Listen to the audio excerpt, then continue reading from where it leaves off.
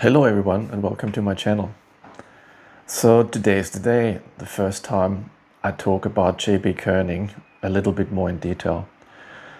I've created another video about 3, 4, 5 weeks ago where I talked a little bit about the advantages I have experienced so far using this technique. So for whom is this technique? I would recommend it to everyone who is into inner alchemy, Christian, authentic inner alchemy. Now these letter exercises, they have been described in a number of sources. Like in some unofficial Christian books, you find it in Zen Buddhism, you find it in yoga, in Nada yoga and Tantric yoga, and you also find it in some Muslimic books. It's very interesting that this technique has been widely practiced in Theravada Buddhism, in Chan Buddhism, in Zen Buddhism, and in many other traditions. Now, the one thing I want to warn from the start, in particular for those of you who do Franz Baden, don't fabricate experiences. So the Kerning approach is very different to Franz Baden. Like I have almost like near completed Franz Baden number 3, the Kabbalah, and book 1, and I'm diving deep into book 2 at the moment. Franz Baden is a very technical approach, okay? So our mind is very tricky. It tends to fabricate experiences. So what do I mean by that? Like we see a lot of experience of examples of people who have been in all sorts of sects and groups for decades and claiming all sorts of things, and at the end of the day it's your mind fabricating the experience. Now that can be a jhanic experience. Your mind is really good in that. It doesn't want to switch off.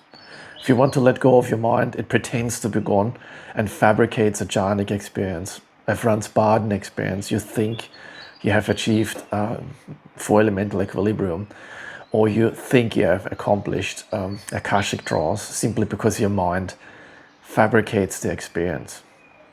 Okay, so with J.B. Kearning, the approach is very different to the technical approach of Franz Baden. It's about letting go and letting the letters do their work. Okay, so in medias res, how do you do the practice? First, read J.B. Kearning, the royal letters. You know, if you're German speaking, please read it in German. It will pay off. It's hard to get the books. They cost sometimes 100, 200 Australian dollars, hundreds of US dollars for 2-3 pocket books because they're out of print. You only get them from antique shops, but it's well worth the effort and the money. Okay, so read the royal letters, read Karl Kolb, read all other J.B. Kearning books, and read Karel Weinfurter. Whatever you get into your hands, like in the German language, you're getting 3-4 books. Mystische Fibel is a really good book on top of his well-known books. Okay, so how should you start the exercise? I personally, opposed to Karl Weinfurter, would recommend to start the way J.B. Kearning has described it. So use the German pronunciation I, E, O, U, A for I, E, O, U, and A. Okay, and use the gestures. So for E, use the finger gesture described by J.B. Kearning. That is the gesture for E. That is the gesture for A. That is the gesture for O. You can close the fingers or leave them slightly open. U can be like this. Now, can you see that? Or like a fist. And A is just this. Okay? Can you see that? I hope you can see that. Okay, a little cross with index finger and thumb. Okay? So I would recommend to start using the letter E and feeling the letter. Don't speak it as much as feeling into the frequency of this letter. You don't have to be in level 8 in Franz Baden to start. In fact, if you're already on that level and you're already practicing Franz Baden number 3, it's a fantastic approach because J.B. Kerning is all about figuring it out all yourself. So in my videos, if I produce any more, let's see, I will leave it up to you to take the exercise further and experience to where this exercise takes you. And the key to the exercise, to the success in the exercise, is letting go. So I have extensive experience in Theravada Buddhism, Chan, Zen Buddhism, yoga, in Dzogchen, Mahamudra, in 28 years now of Rosicrucian studies. I've not just joined the Order to Temple, I'm a Freemason. I've done a lot, okay? So if you don't have the experience, don't be concerned. Learn to let go. So when you think of Franz Baden is a very technical approach. You want to get somewhere, right? With Zen Buddhism, let's take Zen Buddhism or Chan Buddhism as an example. Zen and Chan is the same, just Chan is the Chinese version of Zen. So Zen is the later approach coming from Chan Buddhism. It's the technique of no technique, just sitting. You don't even focus on anything, you just sit. Okay? Even in Vedic meditation, you have a meditation focus, a meditation object. In Zen, not so. You just sit, which is really difficult to accomplish because your mind almost instantly kicks in. Your mind wants to change. Your mind gets bored. It tells you to do something else. And that's the problem. When you do Theravada Buddhism, Brahma Vihara meditation, you're quite familiar with this experience. So you know your mind wants to just have a different experience and you just keep going.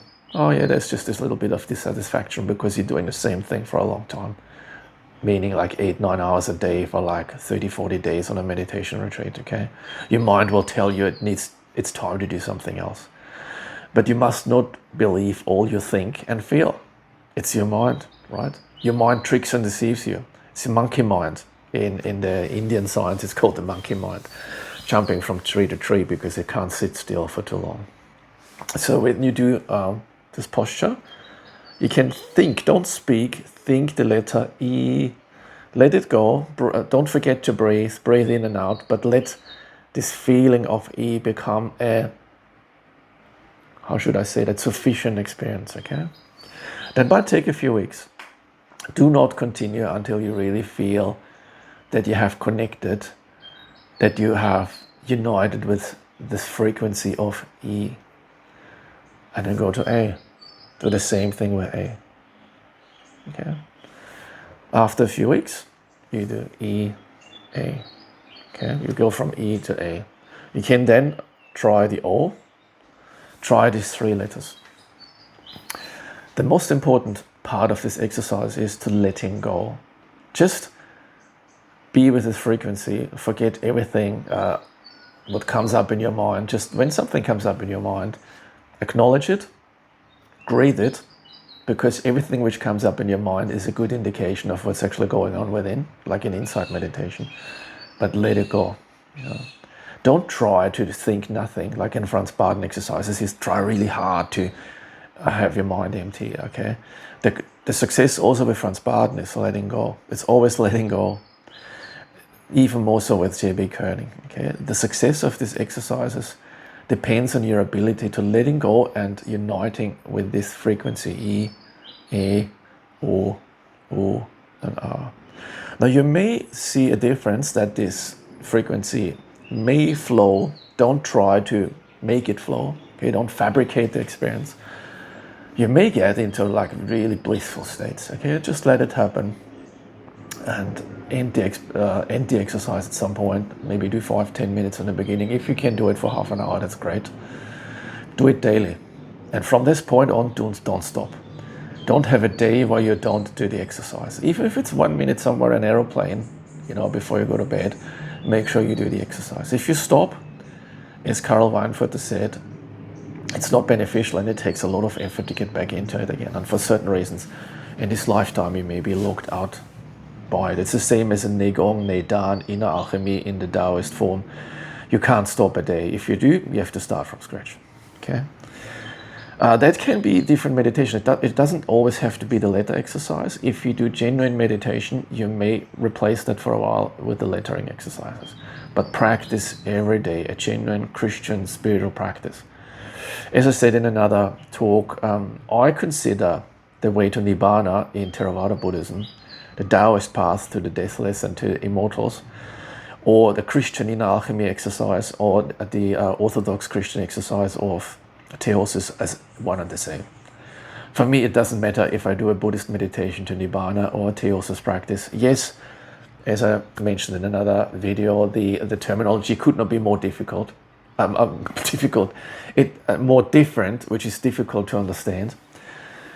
On some level, all pathways leads to the one path and the one path only, okay? So with these letters, if you're successful with this, and I would really recommend to do this for several weeks, if not months, if you can feel all the 5 vowel sounds clearly, you can let go of this finger gesture. Do this in the beginning. Once you feel the letter, you can let go of the posture. And then start at your legs. Do every single letter for days and days in your legs. 5, 10, 20 minutes if you can, for 1 or 2 hours. If you're an experienced meditator, just replace your meditation object with this frequency, E, instead of watching your breath. Become one with E.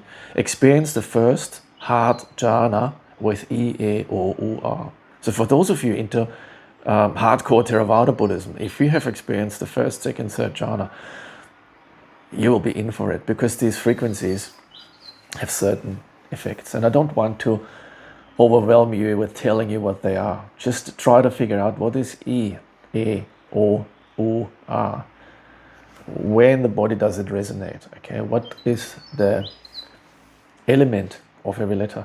But don't overthink it. Like in Franz Baden, it can be so difficult, and I've done this for decades, to practicing feeling light air and light blue. That's in Kerning. It's exactly the other way. You're letting go, and through time, these impressions may come, and you may feel that A might be different for you. It might be more healing than light. It might be more grayish purple compared to light blue. Okay, so the letter will explain itself to you, and there is a narrow gap, as mentioned in the Bible, where only the few fitting through. So understand that this path is for the few. Understand that it's about you figuring it all out. It's not about me writing a book and telling you which element and which color to visualize, which is totally liberating, for me at least, to understand that I don't have to learn all the Franz Baden associations with anything. Okay, this is the right term. Yeah, analogies. Okay, I have done this anyway, and I felt even when I did Franz Baden that my colors were different, my elements even were different. With E, for example, I had a completely different element and colors and everything. And for a long time, I was actually trying to force myself into the Franz Baden concept. And here's the thing. I still don't know whether Franz Baden has actually really mastered all these. Okay, like I'm going to get a lot of enemies now in the Baden community. Okay, for those of you where Baden is like the guru, the all-knowing guru. When I see how Franz Baden explained astral projection, I can't help myself being the biggest fan of Franz Baden since I'm 10 years old and having been with his teachings all my life. Okay, among others, of course, many others. I'm not sure to which degree Franz Baden, for example, mastered astral projection. Did he just did he just publish it all and put it all together? Because I may do a video about this, like mental and astral projection and remote viewing is the easiest thing in the world. It's so easy. But just not when you do it the way Franz Baden describes it. And also he describes that if somebody touches you, you're going to die. No, you don't.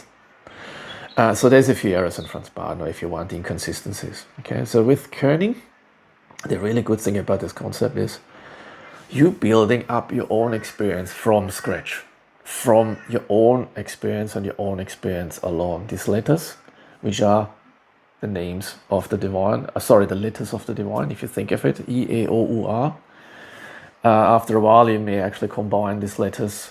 You can also then later use L and M and R and other letters. But in the beginning, use these 5 letters. Start with one, then the second, third, and then eventually, if you really can feel them, like S.G.B. Kearning writes in your letters, and this will be probably a second video,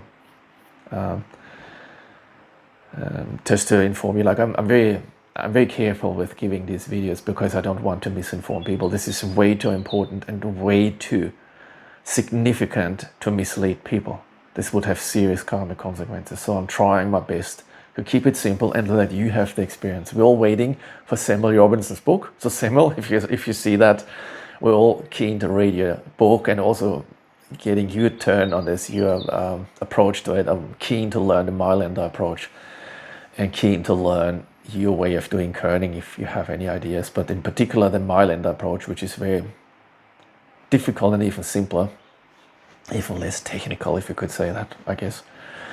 I have combined my Brahma Vihara meditations, which is loving kindness, compassion, altruistic joy, and equanimity, and have combined it with kerning.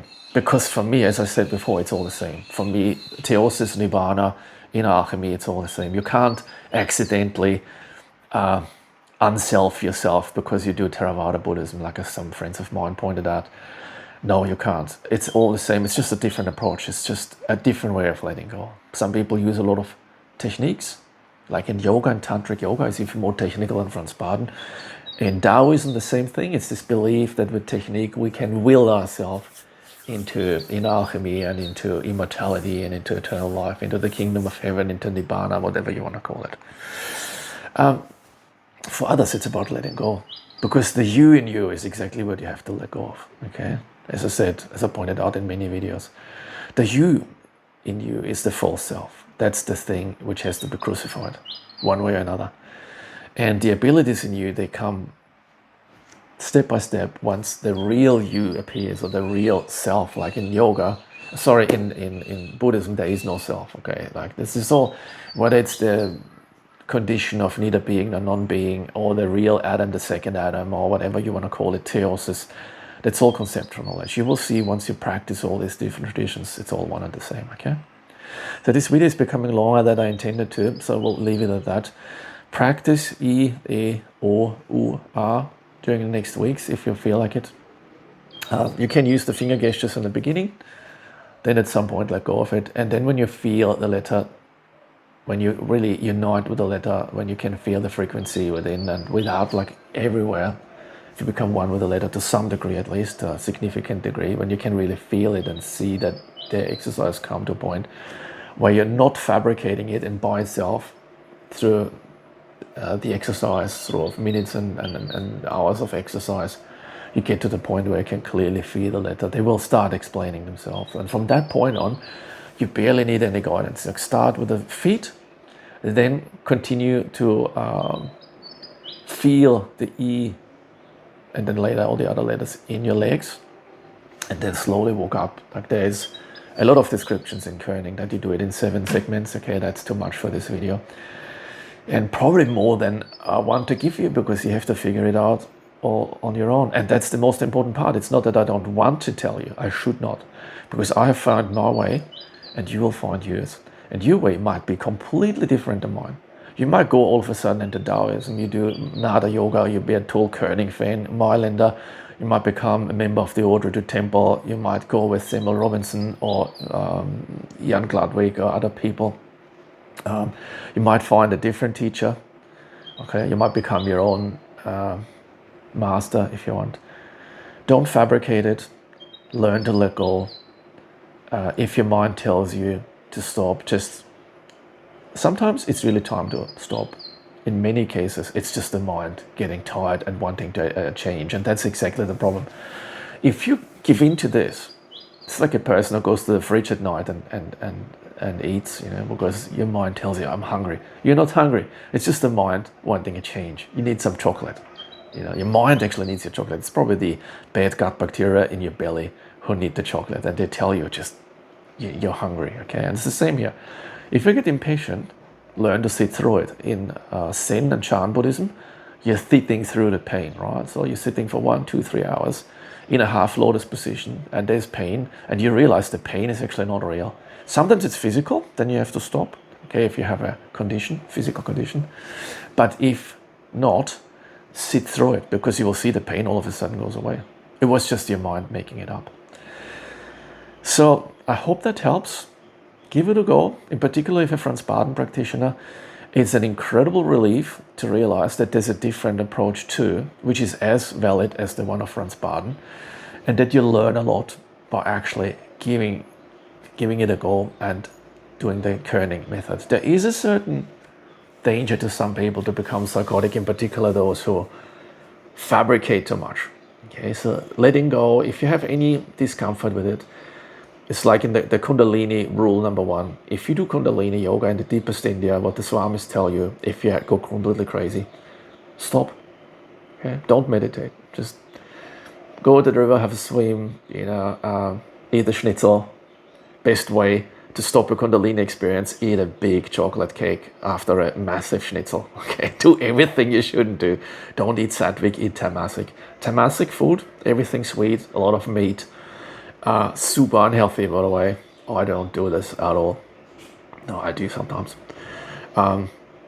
It is the best Kundalini killer, and it's the same here. If you feel any discomfort, just stop doing it. And after 1, 2, 3 days, all the experiences calm down. You might get very psychic with these experiences. You might feel an incredible nowness, like beyond Eckhart Tolle's nowness. You feel an incredible presence. You feel an incredible presence in your daily life. You get into the non-dual state, okay? You get into a very, very strange, unusual way of non-duality. It's not the Vedic non-duality, not the Buddhist non-duality. It's a Christian inner alchemy non-duality. Like, I don't have any other terms for that, sorry. Okay? So I will leave it at that. Thanks for watching all the way to the end. Have a wonderful day, and see and hear from you soon. And write in the comments if you have any experiences, any questions, any critique, just let me know.